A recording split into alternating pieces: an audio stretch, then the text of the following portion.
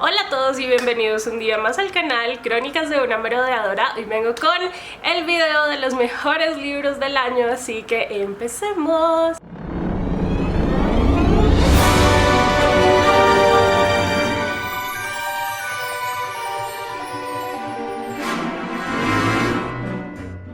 Bueno, de nuevo, no sé en qué orden se estarán subiendo estos videos, pero como lo podrán escuchar por mi voz, no sé si ya se los he explicado en otros que haya subido antes, no tengo ni idea, pero me enfermé, o sea,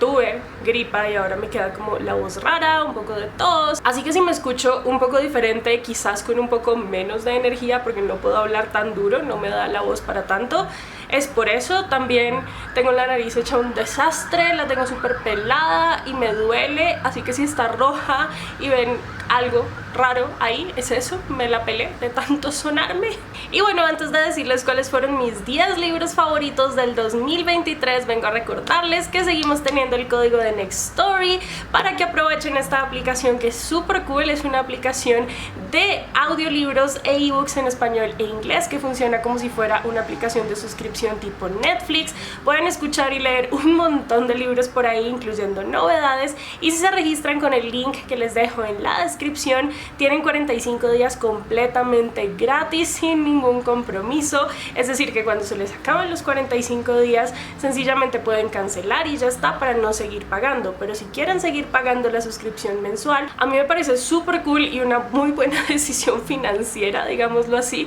porque un mes de esa suscripción cuesta menos que un libro en físico, así que pueden leer mucho más por menos. Y bueno, sin más preámbulos, vamos a hablar de los libros que más me gustaron del año pasado. Saben que no tuve como un gran año de lecturas, pero de todas maneras logré escoger 10 que me parecen dignos de estar aquí. No los voy a mencionar en ningún orden particular, así que los 10 sencillamente están en este top, pero sin ningún orden. El primero de ellos se llama Love Light Farms de V.K. Borison, que justo acabo de ver que lo publicó Ediciones B en español. Básicamente es la historia de una mujer que se llama Stella, que tiene ya casi 30 años y es la dueña de una granja de árboles de Navidad y de otras cosas, pero el negocio no le está yendo tan bien como querría y ella de hecho está poniendo de sus propios ahorros para poder pagarle a sus empleados, pues porque son como una pequeña familia básicamente. La cosa es que un día ve que una influencer que ella sigue, que se llama Evelyn, está haciendo como un concurso y le va a dar como, no me acuerdo si son como $100,000 a la persona que gane para que siga como creciendo su emprendimiento, y pues ella quiere ese dinero para salvar la granja. Entonces entra a este concurso, pero como sabe que a Evelyn le gustan las historias como súper románticas, se inventa que ella es como codueña de la granja con su mejor amigo, pero que en realidad en la aplicación dijo que era su novio. Y nada, luego eventualmente la influencer va a tener que ir a esa granja pues para vivir como la experiencia, juzgar qué tanto se merecen o no esos $100,000. Pero entonces, como Stella dijo en la aplicación que Lucas, su mejor amigo, era su novio, van a tener que pretender que son novios en frente de Evelyn, de los empleados y pues de toda la gente del pueblo, que además es un pueblo chiquito y es muy chismoso. Entonces básicamente esa es la historia y es súper tierna. Además es el típico Friends to Lovers, que los dos estaban enamorados en el fondo del otro pero jamás se habían dicho nada. Hay como unos pequeños conflictos entre ellos y demás, pero también eso se arregla, pues porque obviamente este es un libro de romance y es súper bonito. Obviamente también es un libro de romance muy slow burn, así que hay spice, pero al final. Pero cuando lo hay es intenso. Así que este me encantó porque además me pareció muy bonito, muy tierno. Me gusta esto de que los mejores amigos se enamoren y estas cosas. Y además estaba como toda esta temática alrededor de la Navidad y yo soy muy fan. El segundo libro que tenemos aquí se llama These Hollow Vows de Lexi Ryan y es una historia súper parecida a los libros de Sarah J. Maas y a mí por eso me encantó, aunque soy consciente de que hay gente que lo odia porque piensa que es como una vil copia, pero a mí me gustó porque era lo que estaba buscando a la larga. Básicamente aquí tenemos como un mundo en el que los humanos siempre están muy separados de los Fae, porque los Fae los han tratado muy mal a lo largo de los siglos básicamente, y resulta que Bree, la protagonista, y su hermana trabajan con una señora básicamente que las abusa un montón y es como este tipo de trabajo de ay, te estoy estoy dando comida y hospedaje, pero entonces te voy a quitar de tu sueldo para pues como compensar eso, pero siempre les quita más de lo que les da, entonces es como un ciclo absurdo perpetuo. Y llega un punto en el que esta mujer terrible le vende a la hermana de Bree al rey de la corte Unseelie de los Fae. Entonces Bree entra en absoluto pánico porque sabe lo que le hacen a los humanos en esas tierras feéricas y decide por primera vez en toda su vida cruzar hacia el otro lado para hablar con el rey de la corte Unseelie a ver qué quiere por su hermana. Entonces Bree va, le pregunta, y este hombre, que obviamente es muy manipulador como los Fae, dice: necesito que recuperes unas reliquias que están en la otra corte, en la corte Seelie, en el palacio de la corte Seelie. El problema es que no es fácil infiltrarse a la corte Seelie, pero lo bueno es que Bree se entera que la reina de la corte Seelie le está buscando esposa al príncipe Ronan. Entonces ella como que se presenta voluntaria, ¿saben? Como para participar en esto, a ver si queda como la novia de Ronan o lo que sea, cuando en realidad lo que está haciendo es como buscar las reliquias que hay por allí. Al mismo tiempo que esto pasa, ella se alía con un grupo de rebeldes que está liderado por otro Fae que se llama Finn. Y más o menos hasta ahí les puedo contar sin decirles ningún spoiler, pero sepan que es un libro súper cool. De hecho, si buscan como fanart de los personajes, se van a dar cuenta de que uno de los personajes es igualito a Rysand y otro de los personajes es igualito a Rowan de la saga de Trono de Cristal. Entonces a mí me gustó mucho la dinámica que tenían como de los engaños, de la seducción, de todas estas mentiras que hay en las cortes Seelie y Unseelie. Y también me pareció muy interesante como el dilema de la protagonista, que no conoce muy bien el mundo de los Fae y por eso a veces se deja llevar un poco, e incluso se deja llevar un poco por su corazón y termina como medio enamorándose de estos dos hombres de las dos cortes diferentes. Entonces está hecha un lío absoluto, pero es un libro que está buenísimo de verdad, y que les digo, si logran ignorar los paralelismos tan grandes que hay con los libros de Sarah J. Maas, lo van a disfrutar un montón. O sea, si lo leen, léanlo en plan como, oh, voy a leer como algo que quiero leer porque es súper parecido a lo de Sarah J. Maas, como algo positivo, no negativo. Así que por ahí les dejo la recomendación. El siguiente libro que yo amé se llama From Look Off With Love de Mariana Zapata. Sí, se llama Mariana Zapata. Este es un libro de romance también que combina lo que a mí más me gusta en la vida, el romance y el figure skating en hielo, me refiero. Básicamente aquí tenemos la historia de Jasmine, una patinadora artística sobre hielo de 26 años que siempre ha competido en parejas, pero resulta que el hombre con el que patinaba la dejó, no en plan romántico, sino simplemente como que cortó su colaboración para patinar con ella, y ella se quedó sola y no consigue otra pareja, y si no consigue otra pareja pues no puede básicamente competir. El punto es que ella siempre ha sido muy buena técnicamente en todos los aspectos del patinaje, pero los nervios siempre le juegan muy malas pasadas, y ya saben que en estos deportes básicamente alguien de 26 años ya es ancianísimo para esos deportes. Entonces ella siente que se le está acabando el tiempo, pero de repente la persona que ella más odia en la vida, que se llama Ivan Lukov y que además es uno de los grandes campeones del figure skating, le dice que si quiere patinar con él en parejas en la siguiente temporada para poder pues ganar títulos y todas estas cosas.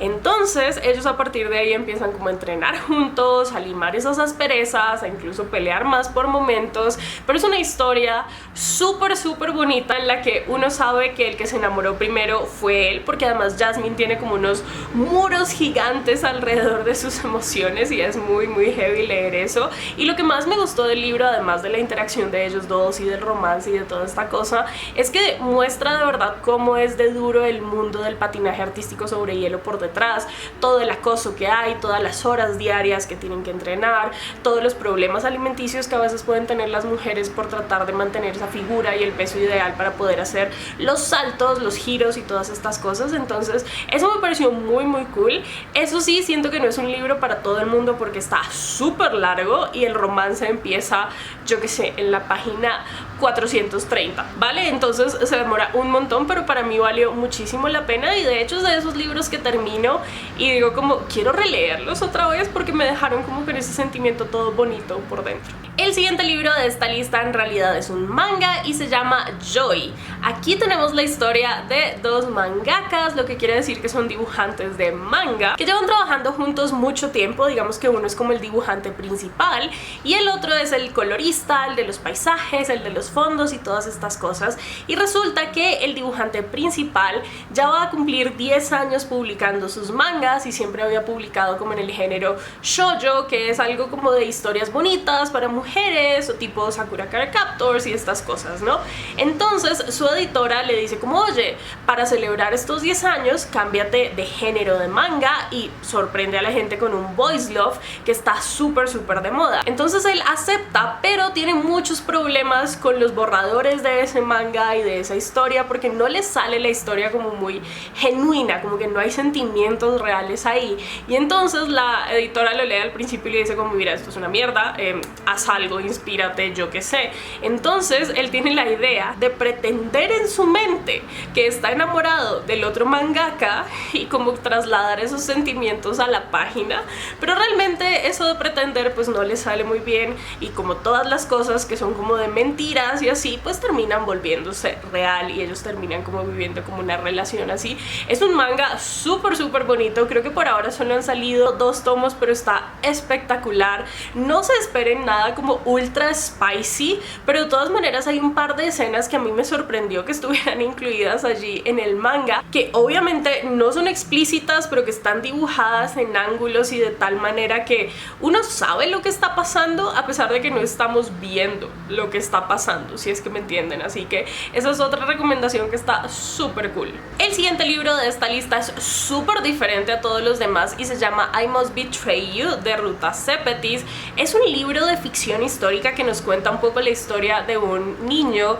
que no llegaba a tener ni siquiera 18 años, que vivía en la Rumanía de 1989, que fue el último país de la zona que tuvo una revolución y que por fin se desligó de lo que se conocía como el telón de acero, creo que se llama, bueno, algo así, ustedes me entenderán si saben un poco de historia. El punto es que la historia de este niño, Cristian Florescu, empieza contándonos cómo de difícil era vivir bajo ese régimen totalitario que había en Rumanía hasta 1989, donde todo estaba absolutamente cerrado al exterior, las comunicaciones estaban supremamente controladas, controlaban qué comía la gente, cómo hablaba la gente, yo qué sé, lo controlaban absolutamente todo. Es que incluso el 90% de los apartamentos y las casas estaban construidas por el gobierno y por ende estaban chuzadas por el gobierno, es decir, tenían micrófonos por todas partes, entonces la gente ni siquiera se sentía segura hablando en su propia casa porque sabían que los podían estar espiando. E incluso algo tan estúpido como decir la palabra dólar en voz alta, y si alguien te escuchaba, ya más o menos te podía mandar a la cárcel o al paredón de fusilamiento, porque además lo que era muy terrible de esa época en Rumanía es que había una policía secreta gigante de un montón de miembros, pero a la vez esa policía secreta reclutaba a civiles para que actuara como espías de sus propios compañeros de colegio, de sus propios familiares. Entonces no me acuerdo de la cifra exacta que decía el libro, pero decía como que se estimaba que llegó un punto en la historia de Rumanía en la que básicamente el 70% de la población civil era espía para esto de la policía secreta y el gobierno. Entonces era un régimen muy terrible para todo el mundo. Pero la historia aquí comienza porque la madre de Cristian Florescu empieza a trabajar como empleada de la limpieza en la casa como del embajador americano en Rumanía, o uno de estos altos cargos como internacionales de diplomacia allí. El caso es que la policía y el gobierno pues obviamente se enteran de esto y dicen como, vamos a convertir a Cristian Florescu en un espía porque sabemos que también es amigo del hijo de esa otra casa, para que nos diga qué está pasando detrás de puertas y qué está pasando también con sus compañeros y demás. El problema es que Cristian claramente pues no se puede negar a ser espía, entonces acepta frente pues a estos oficiales, pero él cree que es más inteligente que ellos cuando en realidad nadie era más inteligente que esa policía. Entonces su plan es darles información falsa, engañarlos y demás. Y es muy interesante leer el libro, y esto no es un spoiler para nada, porque el libro, además de estar contado como desde su perspectiva, está como interrumpido por unas especies de informes del gobierno de gente que también está a su vez vigilando a Christian y que se está dando cuenta de todo lo malo que está haciendo. Entonces, a pesar de que él cree que es lo suficientemente inteligente para engañar al gobierno, el gobierno lo tiene pilladísimo y obviamente eso va a terminar muy mal. Y bueno, el libro obviamente también cubre toda la revolución que empezó en 1989 y que pues desencadenó en por fin Rumanía liberándose de ese totalitarismo. Pero es un libro muy interesante de leer, súper duro de leer, porque claro, todo está desde la perspectiva de un niño, así que yo les recomiendo un montón que lo lean, sobre todo porque siento que a veces no somos conscientes de lo que pasó en la historia, digamos, cercana, porque entiendo que no tengamos mucha noción de cosas que pasaron, yo qué sé, en Oriente Lejano, lo que sea, pero a la larga Europa está más cerca de nosotros y es algo que pasó hace 30 años, o sea, deberíamos saberlo y no lo sabemos. Entonces creo que está muy interesante saberlo o abrirse un poquito a ese conocimiento a través de los libros. El sexto libro que tenemos aquí es The American Roommate Experiment de Elena Armas, que es como la segunda parte o el libro compañero a The Spanish Love Deception. En este libro nos encontramos con Rosie, que era la mejor amiga de Lina, y resulta que Rosie es una escritora de romance que ya publicó un libro bajo seudónimo y le fue súper bien, y ahora está intentando escribir el segundo, pero la inspiración se le murió porque básicamente no cree en el romance tampoco mucho, no ha tenido muchas citas, no ha tenido mucho éxito con los hombres y demás. Entonces está súper decepcionada. Encima acaba de renunciar a su trabajo en esa empresa como tecnológica que le pagaba súper bien, y también acaba de tener un desastre en su apartamento de Nueva York porque básicamente se le cayó el techo, entonces tiene que salir de ahí mientras se lo arreglan y toda esta cosa. Total, ella termina yéndose al apartamento de Lina porque Lina está de luna de miel con Aaron en yo que sé dónde, pero la cosa es que ella llega un día, se empieza a instalar en el apartamento de Lina, pero en un momento, gracias Moto, en un momento timbran al apartamento y llega Lucas, el primo de Lina, de España, que también estaba como viajando y Lina le había dicho que se podía quedar en ese apartamento y demás. Entonces, bueno, ellos terminan compartiendo apartamento, se cuentan sus cosas, obviamente Rosie le cuenta que está tratando de escribir pero que no le sale, y Lucas le propone que vayan como en citas falsas ellos dos para que ella se le despierte un poco como la inspiración, se desbloquee y tal. Pero de nuevo, como siempre pasa en los libros de relaciones falsas, citas falsas y demás, van a empezar a aparecer sentimientos por ahí, van a pasar cosas en medio que los hacen dudar de dónde están los límites del papel que estaban actuando o de lo que querían en realidad. Entonces pues bueno, es un libro que a mí me pareció súper espectacular. Es menos slow burn que The Spanish Love Deception, siento que aquí pasan cosillas antes entre ellos dos y eso ayuda a que la trama se haga como muchísimo más tensa. Y sobre todo también me gustó mucho la personalidad de Lucas, saben, como que es un hombre súper atento que además tiene muchos problemas que resolver él mismo por ciertas cosas que le pasaron y demás, pero de todas maneras es como súper atento con Rosie. Las citas que se inventa con ella son la cosa más espectacular y romántica del mundo, así que si les gustan los libros de romance, yo creo que este es uno de los destacados de todo lo que sale últimamente de romance. El séptimo libro que sale por aquí es nada más y nada menos que Tachan Fourth Wing. Obviamente tenía que estar aquí. ¿Cómo lo dudaron? Yo sé que lo dejé hasta un puesto bajo, pero ya les dije que esto no está en orden. Por si han estado metidos debajo de una piedra todo este año,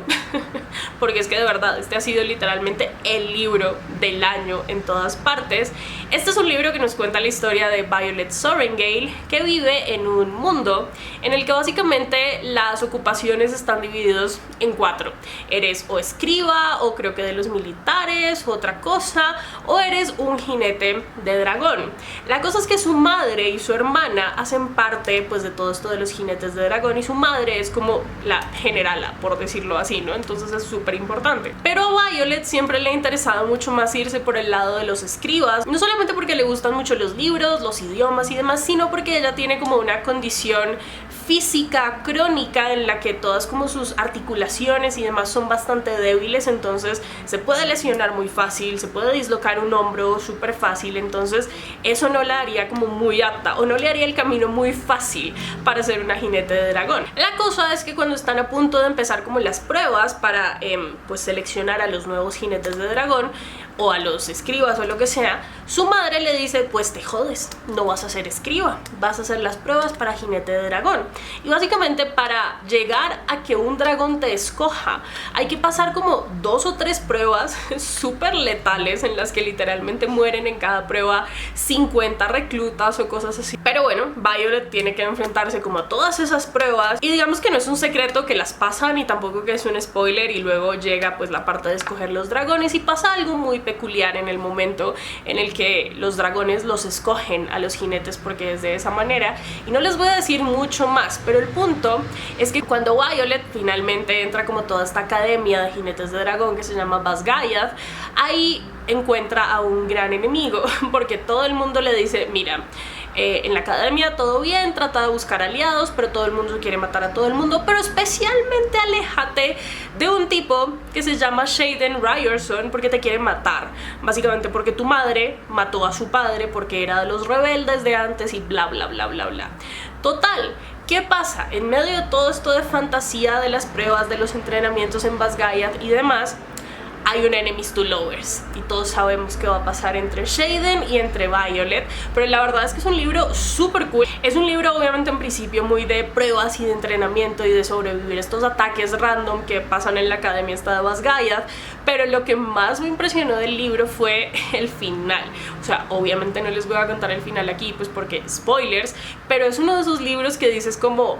joder, o sea, como que te tiran de la silla donde estás leyendo cuando llegas al final, todo cambia, hay traiciones, hay revelaciones, hay, mejor dicho, hay de todo. Entonces yo creo que si les gustan los libros con dragones tipo Eragon, pero no tan fantasía épica, sino como, yo que sé, fantasía media, digámoslo así, esto les va a encantar, y sobre todo si también les gusta que involucre romance. El romance cuando llega es súper spicy, porque además ciertos jinetes de dragón desarrollan ciertos poderes de acuerdo con sus dragones y digamos que explotan en momentos de altas emociones y alta tensión. Entonces pues cosas pasan en esos momentos, así que es súper cool y yo lo mega recomiendo. El siguiente libro de esta lista es The Bride Test de Helen Hoang, que es la misma autora de The Kiss Quotient, creo que se llamaba, que es un libro que también me encantó porque además nunca había leído romances como con representación de personas en el espectro autista, que es lo que hace esta autora, así que está increíble.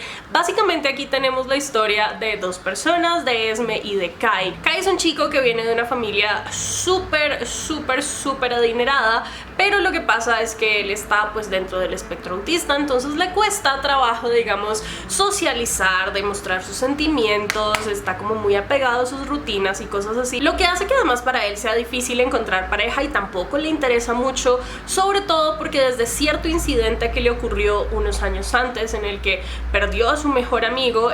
y no lloró, no como demostró emociones, él está convencido de que no puede sentir absolutamente nada, aunque eso es falso. El caso es que su familia, sobre todo su madre, pues porque son una familia asiática del sudeste asiático, está muy preocupada por él porque no tiene novia y entonces no va a tener nietos y toda esta cosa rara de las mamás, sobre todo de las mamás asiáticas aparentemente. Total, la mamá decide básicamente buscarle novia ella misma, entonces se va a su país de origen, que en este momento no me acuerdo cuál es, y hace como una especie de casting en un hotel para ver si alguna de las que se presenta ahí es como digna de ser la novia de su hijo y demás, pero la señora las odia a todas pues porque son unas interesadas en el dinero y demás. Pero entonces como que en un break la señora va al baño y se encuentra con Esme, que es la que está limpiando pues los baños del hotel porque trabaja como servicio de limpieza del hotel, y total, la señora empieza a hablar con ella normal, le cae súper bien. Esme es una persona súper humilde, súper transparente, súper genuina, como súper cool, y entonces esta señora le ofrece a Esme básicamente como, mira, vete los 3 meses del verano a Estados Unidos a estar con mi hijo,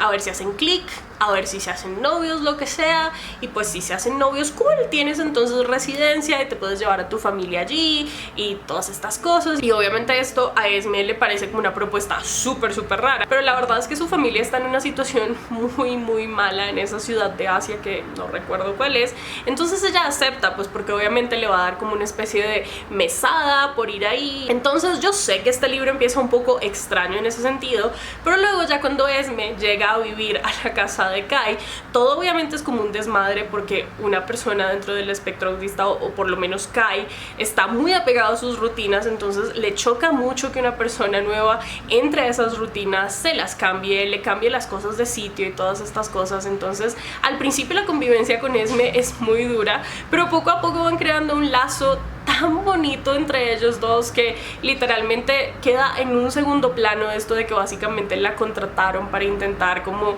estar con él, y la verdad es que se van desarrollando sentimientos muy genuinos entre ellos dos, a pesar de que Kai no lo quiera aceptar durante mucho tiempo por esto de que les contaba de que está convencido de que no puede sentir nada. Además es un libro que está muy bonito en el sentido de esa conexión y esa lentitud y ese cuidado en la relación, sobre todo porque hay un momento muy gracioso y no les voy a dar como muchos spoilers al respecto, pero Kai nunca ha hecho nada con nadie, entonces cuando llega ese momento es súper gracioso, entonces obviamente la caga y bueno, dice como las cosas mal, bueno, en fin, como que termina pidiéndole ayuda a sus hermanos y sus hermanos como: lo hiciste todo mal. ¿Por qué lo hiciste todo mal, Kai? ¿Qué pasa? Oh my god. Bueno, en fin, como que son partes muy graciosas y es un libro que en general me parece muy bonito y que de nuevo me parece súper importante que también haya como diversidad en los personajes, ya no solamente como en el tono de piel o en la orientación sexual, sino también como en las condiciones que cada uno tiene, y que incluyan a un personaje del espectro autista tanto en este como en el anterior y también en el siguiente de Ellen Huang. Me parece súper cool y es un libro que a mí me encanta. Lo que les digo, a pesar del inicio un poquito perturbador. El siguiente libro que les voy a mencionar por aquí, creo que es el mejor de todo el año, honestamente. O sea, viendo toda la lista, creo que este es el mejor de todo el año, y es Empire of the Vampire de Jay Kristoff. Este es un libro súper complicado de explicar, y si quieren escucharme hablar más de este y de todos los que he mencionado aquí, porque estoy segura de que tengo reseñas individuales de todos en el canal, pues vayan a buscar esos videos para tener como más profundidad. Pero básicamente aquí tenemos a un personaje que se llama Gabriel de León. El libro está contado como en dos momentos, digámoslo así. El momento presente de Gabriel de León y el momento como desde su infancia y desde que todo cambió para él. La cosa es que aquí en este libro vivimos en un mundo en donde básicamente el sol ha dejado de salir desde hace muchos años y por ende los seres de la noche, los vampiros, están tomando el control de absolutamente todas las poblaciones, gobiernos, todo lo que se les pueda ocurrir en la cabeza, y estos vampiros son de los malos, malotes, malísimos, sedientos de sangre. Hay unos que están un poco locos porque ya están demasiado viejos y bueno, hay como diferentes líneas de vampiros que también tienen como diferentes habilidades, entonces eso los hace súper poderosos. Y resulta que hay una orden que se llama la Orden de Plata, digamos que sería la traducción, que son híbridos entre humanos y vampiro que odian su parte vampírica y para expiar ese pecado, porque además es como una orden medio religiosa, juran que van a servir a esta orden y van a acabar con tantos vampiros como puedan, pues mientras les dé la vida, se mueran o los maten o yo qué sé. Total, el libro empieza con lo que les digo de Gabriel de León en su infancia y nos enteramos que lo recluta la Orden de Argent, o la Orden de Plata, perdón, no sé pronunciar francés, pero es que le dicen la Orden de Argent, o bueno, la escriben así, ustedes me entienden. El caso es que lo reclutan y entonces él empieza a entrenar súper duro con los hermanos de la Orden para desarrollar como sus proezas y sus cosas y demás, pero también tiene muchos problemas en esa orden porque Gabriel no sabe precisamente seguir órdenes, y menos después de ciertas cosas que le pasan más adelante, porque hay otra cosa que no es spoiler, y es que en la parte que está narrada como desde el presente, ya sabemos que a Gabriel lo echaron de la Orden en algún punto de su vida y que de hecho es la única persona de la Orden que queda viva. Entonces hay como estas dos perspectivas de él con todo ese entrenamiento, de los primeros combates contra los vampiros, de un pequeño romance que se va formando por ahí que va a ser muy importante para su vida, y la parte del presente, porque en el presente, a pesar de que él es el último y que ya no quiere tener nada que ver con Dios o con la religión o con las órdenes y demás, se encuentra con un grupo de personas que está buscando el Santo Grial, porque según unas leyendas y según unos libros se dice que algo relacionado con el Santo Grial será lo único capaz de acabar con esa noche eterna y con los vampiros. Y Gabriel ya no solamente odia la religión y estas cosas, sino que por encima de todo odia a los vampiros y se ha propuesto acabar con absolutamente todos porque le hicieron algo imperdonable. Entonces más o menos por ahí va la historia. Es una historia muy impresionante, muy bien hecha, muy bien construida, fantasía de la que uno dice chef's kiss de verdad. Y lo que yo siempre encuentro como mejor comparación para venderles el libro a ustedes y que se convenzan de leerlo es que para mí este libro es como un Nombre del Viento en versión vampírica y mucho más violenta, por supuesto, mucho más sangrienta, mucho más gore, con... La verdad es que la gente dice que es súper spicy, pero no me pareció que fuera nada spicy. O sea, hay un par de escenas, pero nada del otro mundo. Pero además el libro es exquisito por dentro porque tiene como 40 ilustraciones y son todas absolutamente espectaculares. Y bueno, ya ni les digo del final, cuando por fin entendemos cuál es esa motivación de Gabriel para vengarse de todo el mundo. Es que es brutal, de verdad. Lean ese libro, léanlo con mucha paciencia porque es un libro súper denso, pero vale cada minuto que le dediquen, se los juro. Y el último libro de esta lista es City of Brass de S.A. Chakraborty, que es un libro de fantasía inspirado en la mitología y en el folclore del Medio Oriente y está súper cool. Aquí nos encontramos con una protagonista que se llama Nari, que vive en el Cairo del siglo XVIII, que es una ciudad, según dicen, súper peligrosa, que está llena de estafadores, que está llena de gente de muy mala calaña, digámoslo así.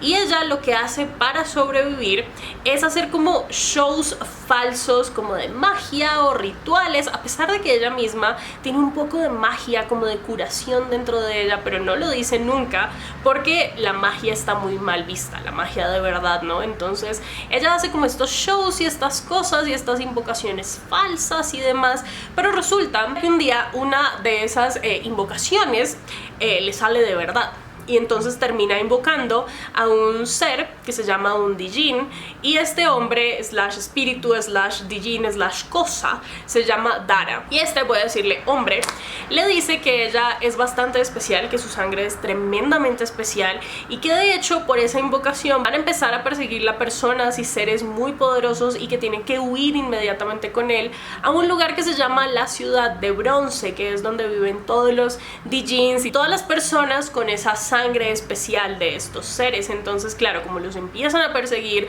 tienen que huir por todo el desierto tratando de llegar a la Ciudad de Bronce, y en medio también se va a crear como una conexión especial entre Nari y Dara. Pero el libro también está narrado desde otra perspectiva, que es la del príncipe Ali, que vive en la Ciudad de Bronce, que se llama Daevabad. Él hace parte como de la familia real que gobierna por ahí, pero él no está muy de acuerdo con ciertas cosas que están pasando en la Ciudad de Bronce porque los Dijin son como personas muy...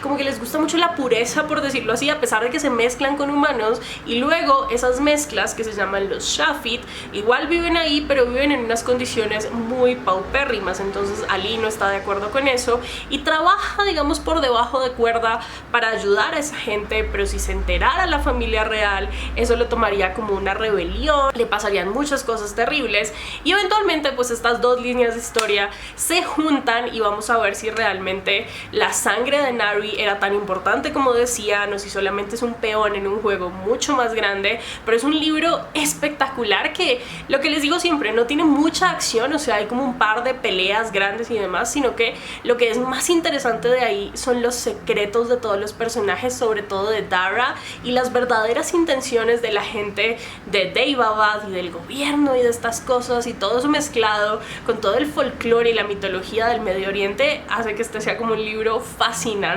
Entonces también se los recomiendo mucho, es el inicio de una trilogía. Y bueno, eso ha sido todo por mi video de los favoritos del año. Ustedes díganme cuál fue el suyo para yo leerlos en los comentarios. Si no quieren decirlo, pues ya saben que pueden decir patata o lo que sea. No se olviden de que tenemos el link de Nextory, que siempre se los dejo en la descripción. Y por favor, tampoco se olviden de darle un like a este video, que se demoran menos de 2 segundos, 1 segundo se demoran dándole like a este video. También pueden suscribirse al canal, activar la campanita de las notificaciones y nos vemos en una próxima ocasión. Hasta entonces, bye.